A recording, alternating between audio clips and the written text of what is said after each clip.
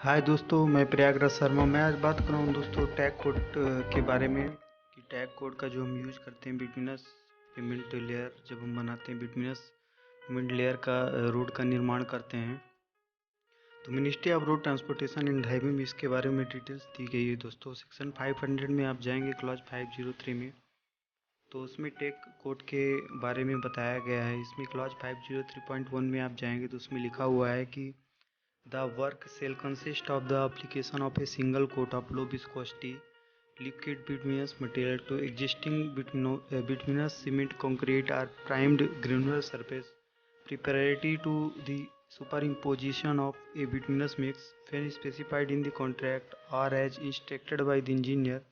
The work shall be carried out on a previously prepared surface in accordance with clause 501.8। तो दोस्तों इसमें कहा गया है कि जो टैग कोड का काम होता है, तो इस टैग कोड का जब हम निर्माण करते हैं तो किस प्रकार से बनाया जाता है। तो दोस्तों इसमें भी हम एक single quote low viscosity liquid bituminous material का यूज करते हैं। उपयोग करके हम, चाहे वो एग्जिस्टिंग बिटुमिनस लेयर हो या सीमेंट कंक्रीट की लेयर हो या प्राइम्ड ग्रेनुलर सरफेस, ऐसा ग्रेनुलर सरफेस जिसमें हम प्राइम कोट डाल चुके हैं, तो उसके ऊपर हम इसका जो है छिड़काव करते हैं, टैप कोट करते हैं। जो प्राइमर जिसके ऊपर प्राइमर पड़ चुका है, ऐसा ग्रेनुलर सरफेस जिसके ऊपर प्राइमर डाला जा चुका है, तो उसके ऊपर हम टैग कोट डालते हैं। या कि कोई सीमेंट कंक्रीट जो पहले से बनी हुई एग्जिस्टिंग बिटवीनस जो पहले से बना हुआ, तो उसके ऊपर टैग कोट डाल के हम उसके ऊपर जो है दूसरी लेयर का निर्माण करते हैं। तो इस प्रकार से हम जो है टैग कोड का निर्माण करते हैं दोस्तों। और इसमें जो जो कॉन्ट्रैक्ट में निर्दिष्ट इंजीनियर द्वारा निर्देशक के अनुसार बिटवीनस मिक्स के सुपर इम्पोजिशन की तैयारी जो है वो क्लॉज 501.8 के अनुसार पहले से तैयार सतह पर किया जाएगा। तो इसके बारे में इसमें दोस्तों डिटेल्स बताएगी। इसके बाद हम इसमें कौन सा मटेरियल्स यूज करते हैं, तो उसके बारे में क्लॉज 503.2 में दोस्तों इसमें डिटेल्स दी गई है मटेरियल के बारे में। और कहा गया है कि the binder use for tack coat shall be either cationic bitumen emulsion RS1 complying with IS 888-7 are suitable low viscosity paving between of VG30 grade conforming to IS 73। the use of cutback between RC70 as per IS 217 shall be restricted only for sites at sub-zero temperature or for emergency applications as directed by the engineer। The type and grade of binder for tag coat shall be as specified in the contract or as directed by the engineer। तो दोस्तों इसमें कहा गया है कि जो हम tag coat में मटेरियल्स का यूज करते हैं, तो टैग कोट के लिए उपयोग किए जाने वाला बाइंडर या तो IS कोड जो 8887 होता है उसके द्वारा हम उसका उपयोग करके इसमें कैटोनिक बिटवीन इमल्सन का उपयोग करते हैं। जो भी IS 8887 में जो डिटेल्स दी गई हैं उसी के अकॉर्डिंग हम कैटोनिक बिटवीन इमल्सन का यूज करते हैं, जिसको RS1 बोला जाता है। RS1 मीन्स होता है दोस्तों, ये एक ग्रेड होता है जिसको हम रिपीट सेटिंग बोल सकते हैं। कि ये क्या है, तत्काल सेटिंग होता है ये जब हम साइड पे डालते हैं। जैसे SS1 प्राइम कोड को हम SS1 बोलते हैं स्लो सेटिंग, और इसे RS1 बोलते हैं मतलब रिपीट सेटिंग दोस्तों। तो इसके बारे में इसमें बताया गया है। इसके बाद इसमें कहा गया है कि बिटवीन इमल्सन RS1 होगा या IS 73 के अनुरूप VG10 ग्रेड का उपयुक्त कम चिपचिपापन फ्रेश बिटवीन का यूज करेंगे हम इसमें टैग कोड में। जो VG30 ग्रेड का बिटवीन आता है जो कम चिपचिपापन होता है, जिसमें वो फ्रेश बाइंडर का हम यूज करेंगे टैग कोड के निर्माण में। वो IS 73 में जो भी उसकी डिटेल्स दी गई हैं उसके अनुसार उसको कंफर्म किया जाएगा और फिर उसके बाद साइड में उसका उपयोग किया जाएगा दोस्तों। इसके बाद इसमें हम RC70 का भी यूज कर सकते हैं, कट बैक बिटवीन का यूज कर सकते हैं हम RC70। जो IS 217 के अकॉर्डिंग हम IS 217 को फॉलो करते हुए हम कट बैक बिटवीन RC70 का यूज कर सकते हैं। RC70 जैसा कि हमने पहले वीडियो में बताया था, इसके पहले वाले वीडियो में, कि RC मीन्स दोस्तों होता है रिपीट क्यूरिंग। जो ये ग्रेड होता है RC70, ये ग्रेड होते हैं बैड जो हम इसमें कटबैक बिटवीन का यूज करते हैं। तो उस कटबैक बिटवीन में भी कई ग्रेड होते हैं। तो इसमें जैसे इसके 3 टाइप्स होते हैं। एक RC होता है repeat curing, medium curing, IMC होता है और स्लो क्यूरिंग जो एससी बोलते हैं जिसको, तो इनमें भी जो RC repeat curing cutback between होता है, उसमें ये चार ग्रेड के होते हैं। RC70, RC250, RC800 और RC300 होते हैं। तो ये जो RC70, तो 70 जो कैनिमेटिक विस्कोसिटी होती है, तो उसके बारे में इसमें बताया गया। जैसे दोस्तों हम जब कंक्रीट मिक्स डिजाइन में M30 M40 का जो साइन यूज करते हैं, तो M30 जो रहता है वो कैरेक्टरिस्टिक्स कंप्रेसिव स्ट्रेंथ होती है। तो इसी प्रकार से इसमें कैनिमेटिक विस्कोसिटी होती है जो RC70 कैनिमेटिक विस्कोसिटी होती है इसमें। तो उसका उपयोग केवल शून्य तापमान पर साइटों के लिए या इंजीनियर द्वारा निर्देशित आपातकालीन अनुप्रयोगों के लिए प्रतिबंधित किया जाएगा दोस्तों।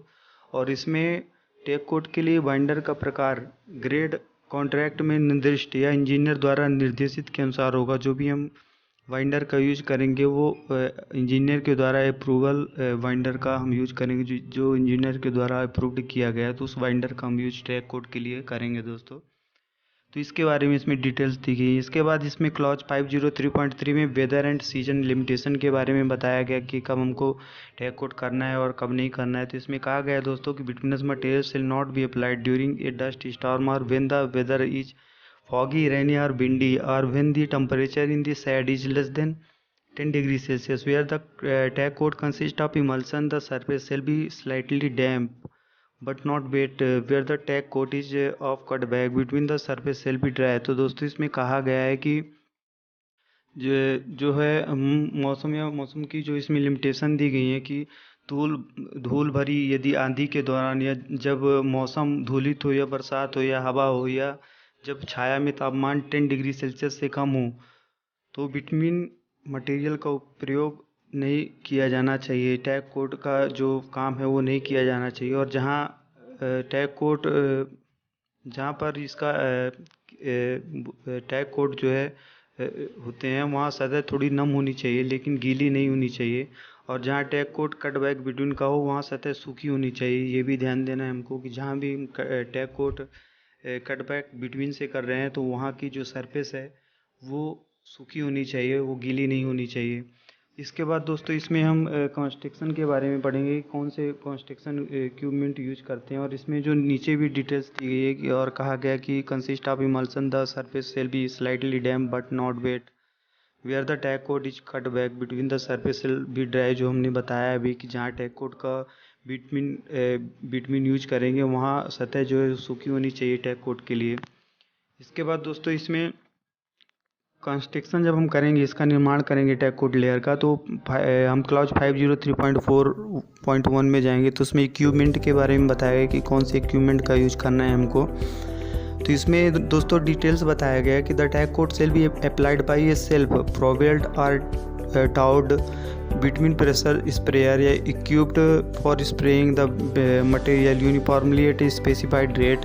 Hand spraying shall not be permitted except in small areas in accessible to the distributor, or narrow strips shall be sprayed with a pressure hand sprayer or as directed by the engineer। तो दोस्तों इसमें कहा गया है कि take code एक स्वचालित या टोड बिटवीन प्रेशर स्प्रेयर द्वारा लगाया जाएगा, लेयर बनाई जाएगी और जो एक निर्दिष्ट दर पर समान रूप से मटेरियल को स्प्रे करने के लिए सज्जित हो, उपयुक्त हो और छोटे क्षेत्रों को छोड़कर वितरक के लिए दुर्गम या संकीर्ण स्ट्रिप्स को छोड़कर हैंड स्प्रेयर की अनुमति नहीं दी जाएगी। जहां पर सक्रिय जगह है वहां पर ही हम हैंड स्प्रेयर का यूज कर सकते हैं टैग कोड करने के लिए। और प्रेशर हैंड स्प्रेयर या इंजीनियर द्वारा निर्देशित के अनुसार छिड़काव किया जाएगा। जो हम प्रेशर हैंड स्प्रेयर का यूज करेंगे, तो जहाँ पर इंजीनियर निर्देशित करेंगे उनके अनुसार ही हम इसका जो है उपयोग करके और टैग कोड का छिड़काव करेंगे दोस्तों। तो इसके बारे में इसमें डिटेल्स बताई गई है। इसके बाद हम देखेंगे कि इसमें क्लॉज 503.4.2 में प्रिपरेशन ऑफ बेस के बारे में बताया गया कि बेस